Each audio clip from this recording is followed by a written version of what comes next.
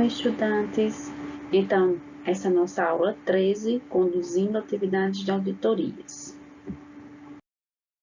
E nós vamos continuar as atividades que compõem a auditoria propriamente dita. Depois de analisar criticamente os documentos, verificar se eles estão corretos, completos e coerentes com o objetivo da auditoria, então nós partimos para a coleta e verificação da informação. Quando você faz a coleta, então aqui é a evidência de auditoria, você vai depois gerar constatações, depois determinar conclusões e assim você pode fazer uma reunião de encerramento.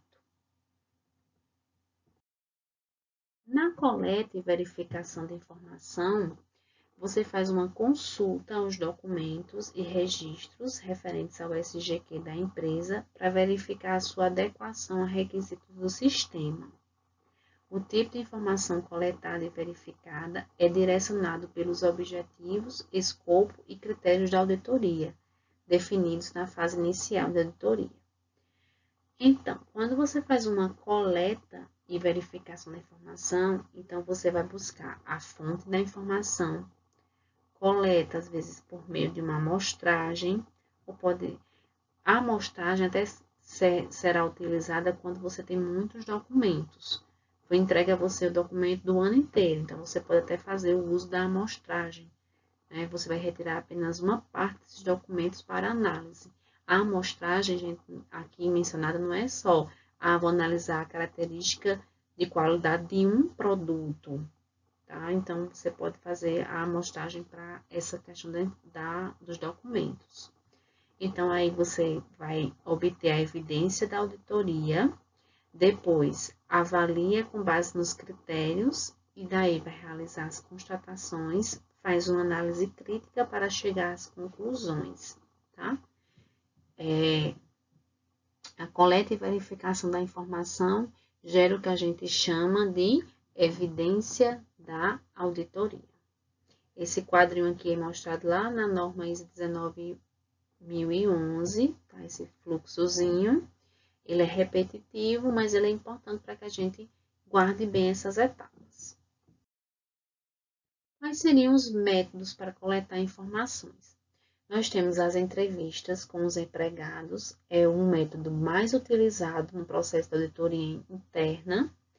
Você pode buscar documentos, aí em relação a sistema de gestão da qualidade, geralmente é analisado política da qualidade, objetivos, os planos para a empresa em relação à qualidade, se é estratégico, é verificado também. Você pode avaliar procedimentos internos, normas internas, instruções de trabalho, que são chamados ITs ou POPs, procedimentos operacionais, licenças e permissões, especificações, desenhos, quando a gente fala de projeto, lembrando que gestão da qualidade envolve desde o início, meio e fim daquela cadeia interna de valor da empresa. Então, você pode fazer uma auditoria interna para avaliar a etapa de projeto do produto, para verificar se está atendendo ao sistema de gestão da qualidade, aos critérios.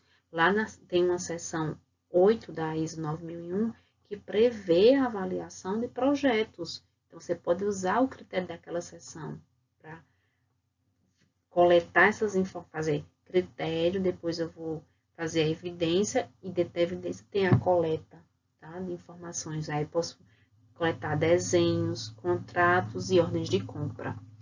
Outros tipos de coleta de informações, registros de inspeção, atas de reuniões, relatórios de auditoria, registros de programas de monitoramento, resultados de medições, tá? Você pode também buscar dados sumarizados, análise e indicadores de desempenho. Ainda você pode buscar informações sobre os planos de amostragem do auditado e sobre os procedimentos para controle de amostragem, processos de medição. Você pode buscar relatórios de outras fontes, como realimentação dos clientes, ou seja, a empresa a seção 9, né, da ISO 9001, ela traz lá como critério o feedback do cliente, o foco no cliente. Será que a empresa está tendo foco no cliente? Então, se isso for um dos critérios estabelecidos lá no programa de auditoria, na hora de coletar dados, com certeza você vai atrás de relatórios que mostram o feedback dos clientes, pesquisas de satisfação, né? Então, medições e pesquisas externas, outras informações pertinentes de partes externas, como também classificação de fornecedores. Outras formas de buscar informação são bases de dados, simulação e modelagem. Eu coloco aqui para vocês que as entrevistas representam uma das mais importantes formas de coletar informações e convém que sejam realizadas de tal maneira a adaptar a situação à pessoa entrevistada, seja pessoalmente ou por outros meios de comunicação. Portanto, gente, convém que o auditor considere alguns cuidados nas entrevistas. Eu escolhi mencionar melhor isso porque geralmente é o método mais utilizado mesmo. Então, fiquem atentos a isso. As entrevistas precisam ser realizadas com pessoas de funções e níveis apropriados que realizem as atividades ou tarefas dentro do escopo da auditoria. Então, volta no programa, vê o escopo e veja se aquela pessoa que você vai entrevistar, ela está dentro dessas atividades. As entrevistas precisam ser normalmente conduzidas durante o horário normal de trabalho e sempre que possível no local de trabalho da pessoa que está sendo entrevistada, tá? Se for uma entrevista virtual, também tem que obedecer o horário normal de trabalho. Sempre que possível, é necessário deixar a pessoa que está sendo entrevistada à vontade, antes e durante a entrevista. Sempre é explicado o motivo dessa entrevista, para a pessoa não ficar nervosa. As entrevistas, elas podem ser iniciadas pedindo às pessoas que descrevam seus trabalhos, é bem normal isso. Ah, me diga o que você faz aqui, né? Você conhece a política de qualidade da empresa? O que você faz no seu dia a dia? Como é que você acha que isso contribui para a política? E são perguntas que às vezes vai deixando a pessoa mais à vontade, até para entender o motivo daquela auditoria. É preciso selecionar cuidadosamente o tipo de questão usada, se você vai usar questões abertas ou fechadas, né? Que os resultados das entrevistas sejam sumarizados e analisados criticamente com a pessoa entrevistada, ela tem que dar a opinião dela, e, claro, agradecer às pessoas entrevistadas pela sua participação e cooperação sempre. Depois que você consegue coletar essas informações, então agora é a hora de comparar. Eu vou gerar constatações de auditoria.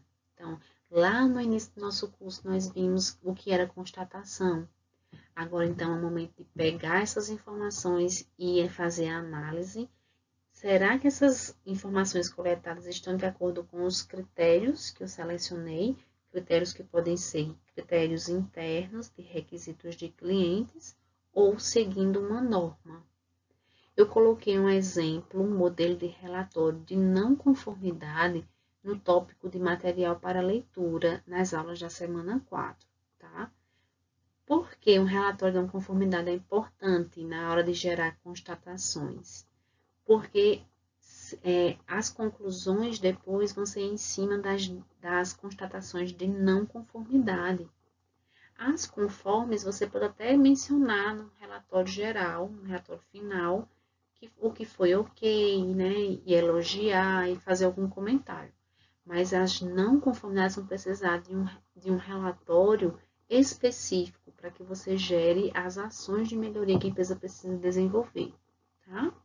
Então, convém que as evidências na etapa anterior coletadas sejam avaliadas de acordo com os critérios da auditoria a fim de determinar as constatações.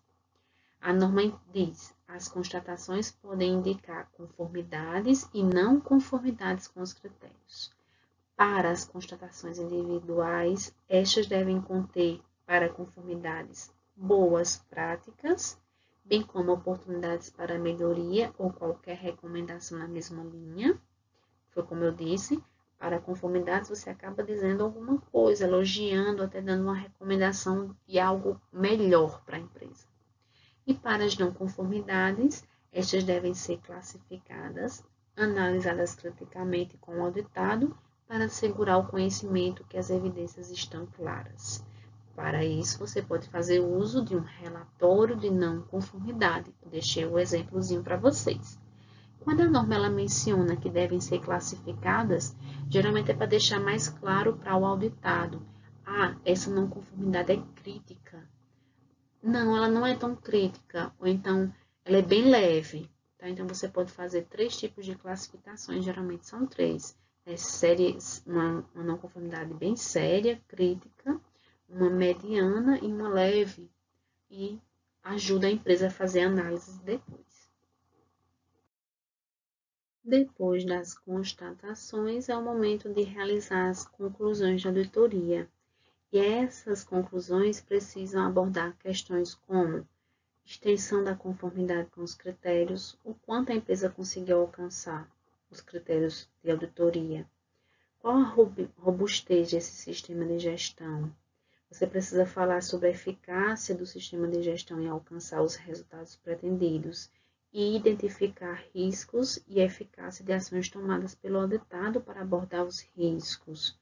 Se você selecionou alguns riscos importantes avaliados, para dizer, a empresa ela está conseguindo traçar ações para esses riscos. Você precisa mostrar a necessidade de implementação e manutenção da melhoria do sistema de gestão, se a empresa alcança os objetivos de auditoria, se ela está cobrindo o escopo da auditoria e atendendo aos critérios. E é importante lembrar que a norma ela diz, constatações similares feitas em diferentes áreas que foram auditadas ou de auditoria conjunta ou prévia precisam ser feitas com o propósito de identificar tendências.